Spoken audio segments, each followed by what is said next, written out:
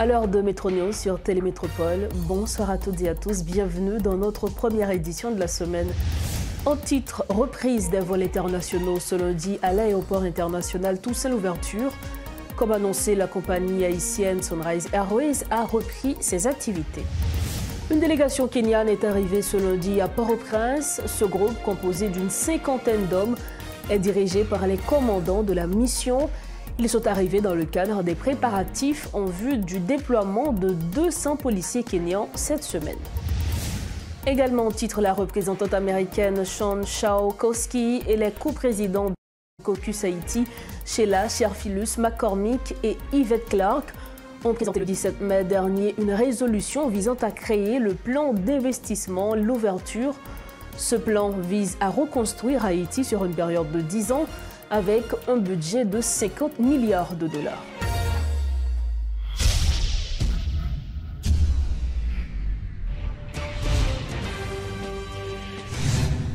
De Rocher, bonsoir. Bienvenue au développement des titres de l'actualité. Comme annoncé, l'aéroport international Toussaint Louverture a repris ses activités de vol environ 2 mois après leur interruption forcée en raison de l'insécurité.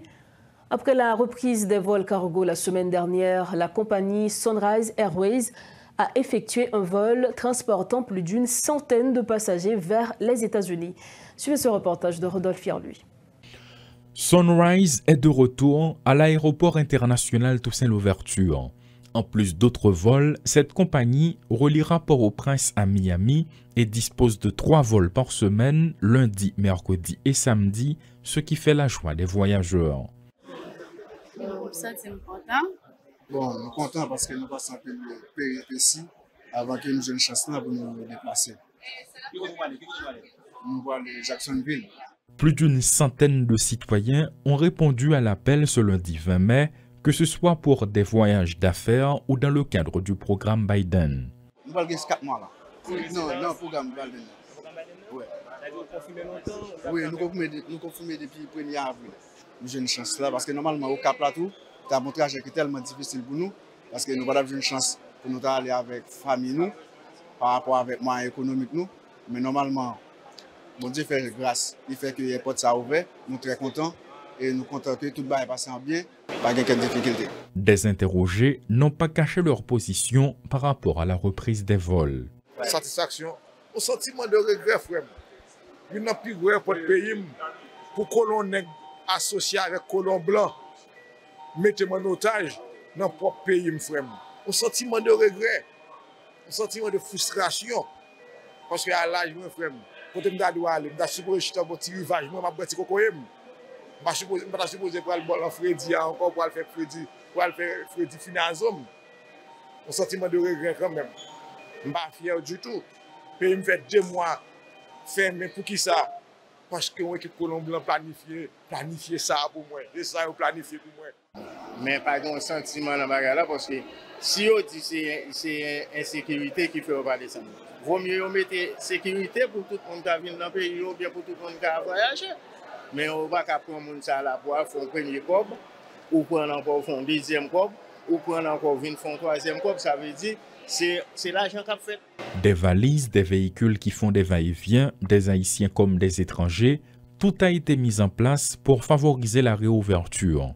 Rappelons que des centaines de maisons ont été détruites et des centaines d'autres le seront bientôt, selon une source fiable.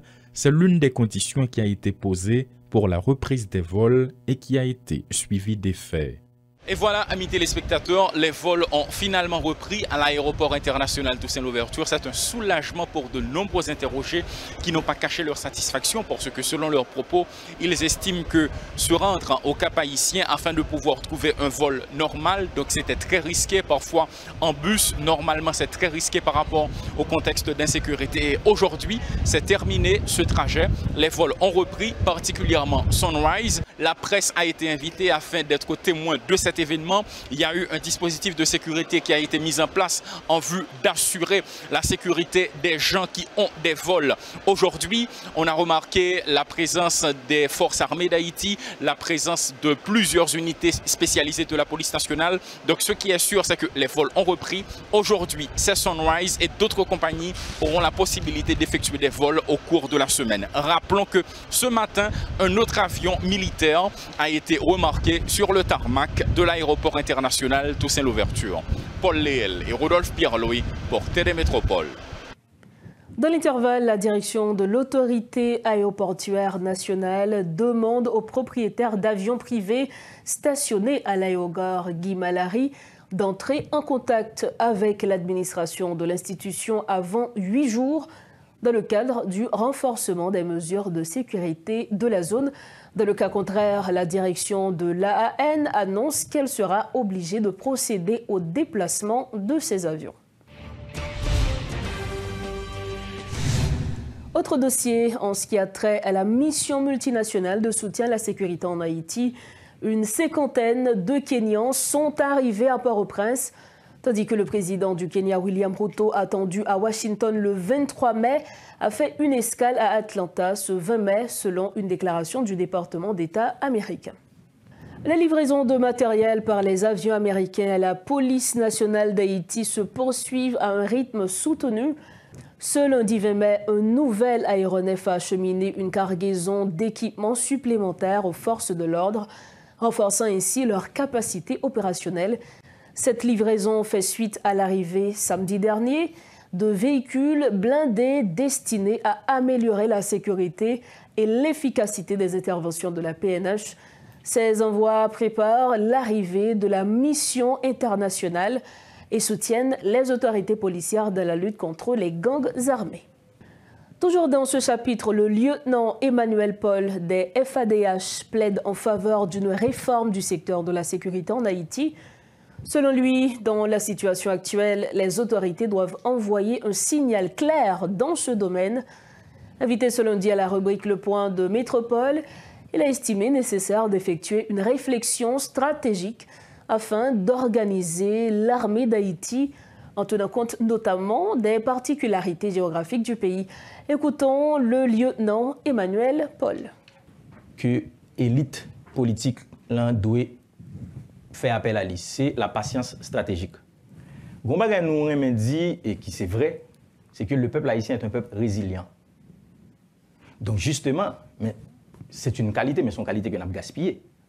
Parce que la résilience, son capacité qui permet de résister à des chocs terribles sans qu'on pas fléchi. Mais en même temps, tout, résilience là, il n'y a pas on garantit qu'on pas fléchi. C'est que bon, après ils vont là, on va atteindre les limite tout. Limite c'est pas fatigue, on va pas atteindre la rupture. Donc, nous pas qu'à sans cesse évoquer la résilience du peuple haïtien sans que nous pas transformer la résilience ça en patience stratégique. Qui ça me les patience stratégique? Ça veut dire population en bonne possibilité. Le fait que l'île capable d'encaisser, il y a une possibilité pour nous planifier sur le temps long. C'est-à-dire pour nous pas dans l'immédiateté, comme si font bagaille là, on saupoudrage, et puis pour nous penser à résoudre un problème qui va ressurgir avec plus force et quelques temps après.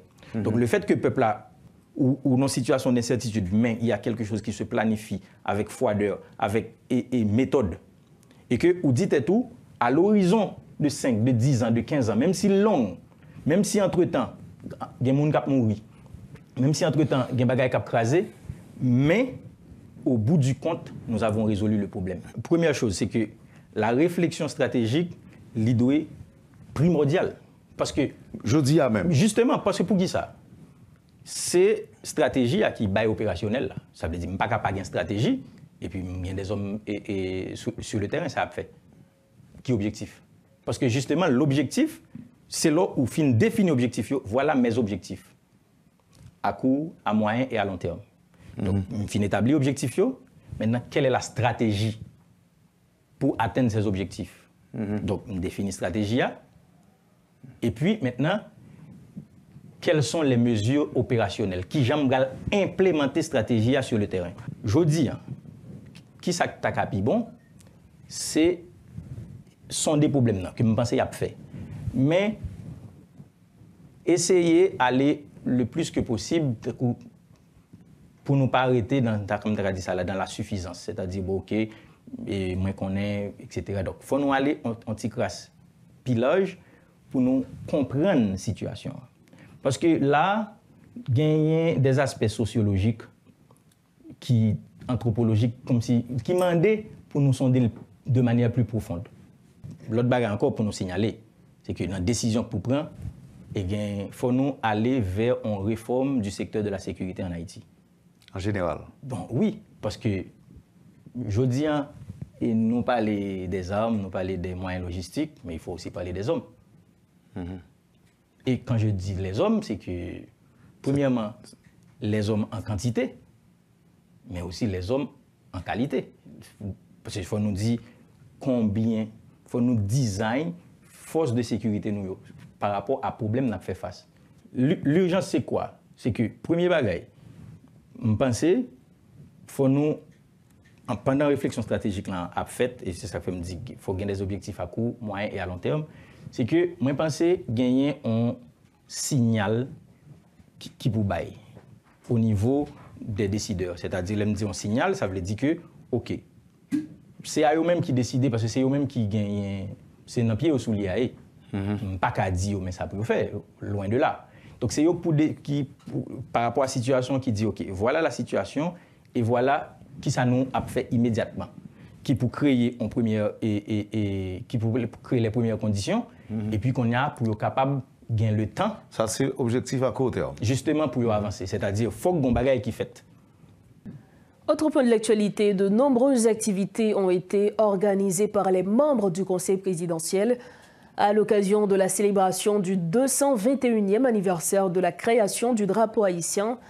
Un premier groupe de conseillers s'est rendu au Cap Haïtien, dans la deuxième ville du pays, alors que d'autres membres du Conseil sont restés dans la capitale haïtienne pour marquer cette date. Une cérémonie solennelle s'est déroulée à la villa d'accueil, siège de la présidence. Lors de son allocution de circonstance, Edgar Leblanc-Fils, qui assure à la présidence tournante du Conseil présidentiel, rappelle que la fête du drapeau doit nous rappeler aussi qu'il n'y a pas de territoire perdu. Chaque mètre de notre territoire est la possession de l'État haïtien. Selon lui, le drapeau haïtien, symbole aussi de l'autorité de l'État, flottera bientôt partout pour bien signifier que le règne de l'insécurité permanente prend fin. Suivez ce reportage de Rodolphe Yarluy et de Guy Trichoisi. 221 ans depuis qu'Haïti célèbre la fête du drapeau, et cette année, c'est la villa d'accueil qui a reçu les couleurs bleues et rouges cousues par Catherine Flon.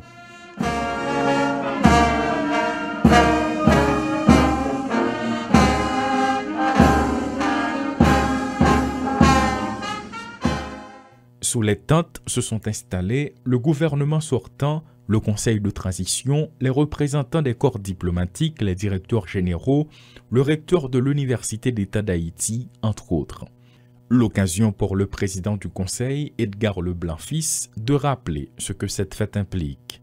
La fête du drapeau doit nous rappeler aussi qu'il n'y a pas de territoire perdu. Chaque mètre de notre territoire est la possession de l'État haïtien. Le drapeau haïtien, symbole aussi de l'autorité de l'État, flottera partout bientôt pour bien signifier que le règne de l'insécurité permanente prend fin. Ensemble, à l'occasion de cette fête du drapeau, sonnons le grand ralliement pour le combat final qui permette la reprise de toutes les activités sur le territoire national et un retour à la vie normale dans tous les secteurs. De son côté, le Premier ministre haï, Michel Patrick Boisvert, dans son intervention, en a profité pour faire des recommandations au Conseil.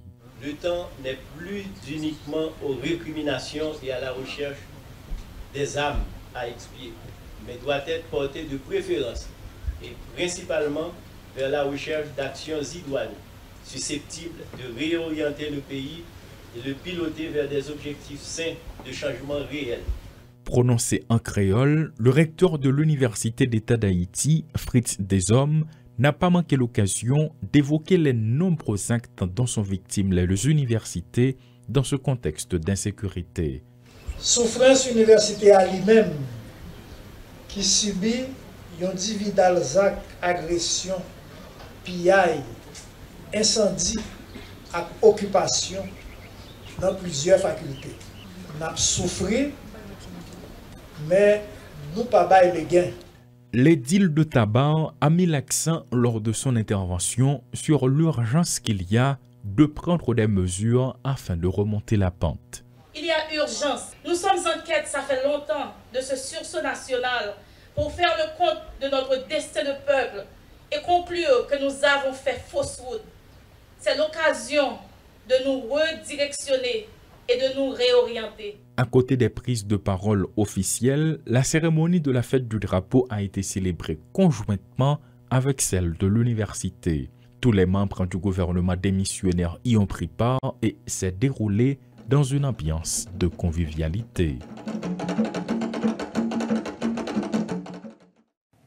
L'actualité en République voisine, Luis Abinader a remporté l'élection présidentielle en République dominicaine.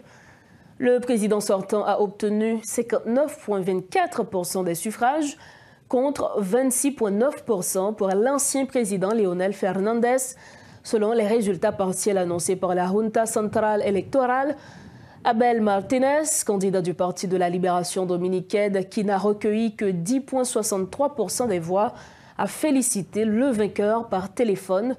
Selon M. Martinez, c'est la République dominicaine qui a gagné, peu importe les résultats. Cette élection souligne la maturité démocratique du pays, où les candidats vaincus reconnaissent la victoire de leurs adversaires en les félicitant. Pour clore la page nationale de Metro News, les députés démocrates américaines Sheila Sharfilus-McCormick, John Charkowski et Yvette Clarke ont présenté le vendredi 17 mai 2024, à la veille du 221e anniversaire du drapeau haïtien, une résolution baptisée « Plan d'investissement, l'ouverture ». Ce programme de développement de 50 milliards de dollars sur 10 ans vise à reconstruire Haïti. S'inspirant du plan Marshall, ce projet ambitionne de soutenir le rétablissement de la gouvernance démocratique par le biais d'élections libres et équitables, de renforcer l'état de droit et de développer les capacités des forces de sécurité haïtiennes. Il inclut également un programme de désarmement, de démobilisation et de réintégration des jeunes anciennement enrôlés dans des gangs. Le plan prévoit des investissements substantiels pour la reconstruction et la modernisation des infrastructures physiques d'Haïti, incluant les soins de santé, les routes, les ponts, les ports, les réseaux électriques et les systèmes d'eau et d'assainissement. Nous mettons un terme à notre première édition de Metro News pour la semaine. Mais avant de partir, voici l'essentiel de l'information qui a été développée ce lundi. Reprise des vols internationaux à l'aéroport international Toussaint Louverture. Comme annoncé, la compagnie haïtienne Sunrise Airways a repris ses activités. Une délégation kenyane est arrivée ce lundi à Port-au-Prince. Ce groupe composé d'une 50aine d'hommes est dirigé par les commandants de la mission. Ils sont arrivés dans le cadre des préparatifs en vue du déploiement de 200 policiers kenyans cette semaine. Et puis la représentante américaine John Charkowski et les coprésidentes du caucus Haïti, Sheila Sharfilus-McCormick et Yvette Clarke, ont présenté le 17 mai dernier une résolution visant à créer le plan d'investissement L'Ouverture. Ce plan vise à reconstruire Haïti sur une période de 10 ans avec un budget de 50 milliards de dollars. Voilà ce qui met fin à notre première édition de la semaine. Merci infiniment à chacun de vous de l'avoir suivi. D'ores et déjà, je vous souhaite une excellente semaine d'information sur Télémétropole. Bonsoir et à demain.